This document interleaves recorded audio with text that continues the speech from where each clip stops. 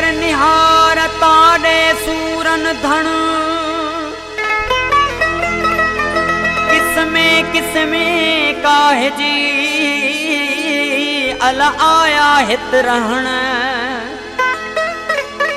मूं चयो मोटी वञो मौला जे कारण हिकते एडी काह छो रवा की न रहण एडी खेल करीबते मूं तडो कयो वाजण सभई हिक सलाह थी लगा ही चवण त महर तुंहिंजा मेहमान हूं रोज करियां रोवण मुश्किल तुंहिंजे मन मां वरी थिए वञण तंहिं करे तोखे चयूं ओ त साफ़ ख़बर हीअ सुण करी लखल छण तब तातणा तोखे अथई मुखे हिन सूर मुक़दर में मिलिया मुखे हिन सूर मुक़दर में मिलिया मुखे हिन सूर मुक़दर में मिलिया जो न हेडो लिखण वारे लिखिया जो न हेडो लिखण वारे लिखिया मुखे हिन सूर मुक़दर में मिलिया मुखे हिन सूर मुक़दर में मिलिया जो न हेडो लिखण वारे लिखिया जो न हेडो लिखण वारे लिखिया मुखे हिन सूर मुक़दर में मिलिया मुखे हिन सूर मुक़दर में मिलिया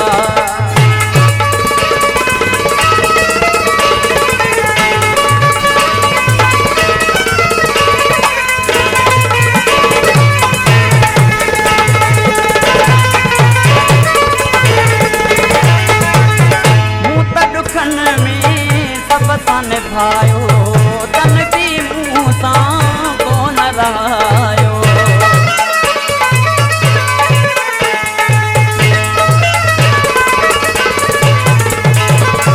मूं त दुखन में सब सां निभायो तन भी मुँह सां कोन रहायो मुझे नैणो नीर करे कतारूं हलिया मुझे नैणो नीर करे कतारूं हलिया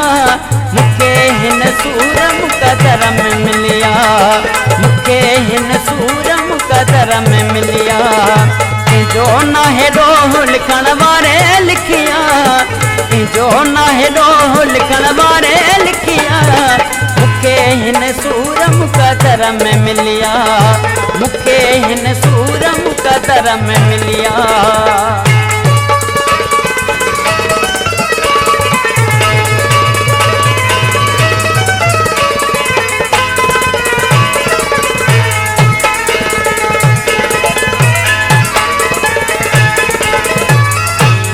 सुरन ले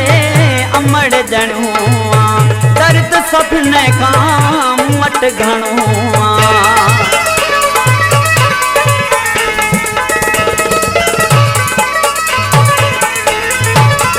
मूंखे सुरन ले अमड़ जणो दर्द सभिनी खां वट घणो रोवां तो ॾिसी मूं तां हिन माण्हू खिलिया रोवां तो ॾिसी मूं तां हिन माण्हू खिलिया मुखे हिन सूर मुक़दर में मिलिया मुखे हिन सूर मुक़दर में मिलिया जो न हेडो लिखण वारे लिखिया जो न हेडो लिखण वारे लिखिया मुखे हिन सूर मुक़दर में मिलिया मुखे हिन सूर मुक़दर में मिलिया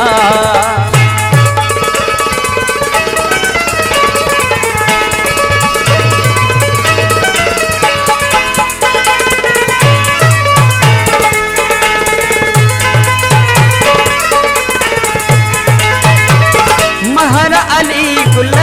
किस्मत के चलो सारी उम्र ले रोआ तो ई रहो।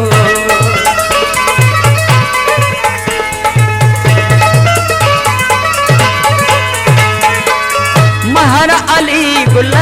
किस्मत खे चहो सारी उम्र ले रोवंदो ई रहो। कंहिं बि वेही मूंसां कोन सूर सलिया, कंहिं बि वेही मूंसां कोन सूर सलिया, मूंखे हिन सूर मुक़दर में मिलिया, मूंखे हिन सूर मुक़दर में मिलिया। तुंहिंजो न हेॾो लिखण वारे लिखिया,